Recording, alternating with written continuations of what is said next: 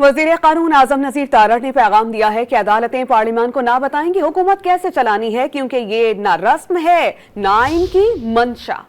Senate में इजहार करते हुए वाज़ेह कर दिया कि अदलिया एग्जीक्यूटिव के इख्तियारात में मुदाखलत ना करे। सेनेट में इजहार करते हुए वाज़ेह कर दिया कि अदलिया एग्जीक्यूटिव के इख्तियारात में मुदाखलत ना करे।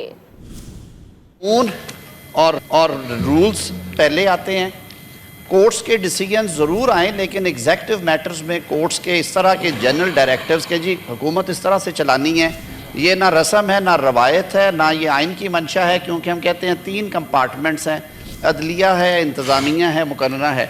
ना मुकन्ना यानी कि हमारे मामलात में कोई दखल दे, ना कोई अदलिया के मामलात में दखल दे, और वाइस वर्सा हम अदलिया से भी ये तवक्को रखते हैं कि वो एग्जेक्टिव को अपना काम करने दें। हर मामले में ये कहना कि नहीं इस चीज़ को इस तरह नहीं इस तरह से किया जाएगा, ये मेरे आइन की मंशा नहीं है।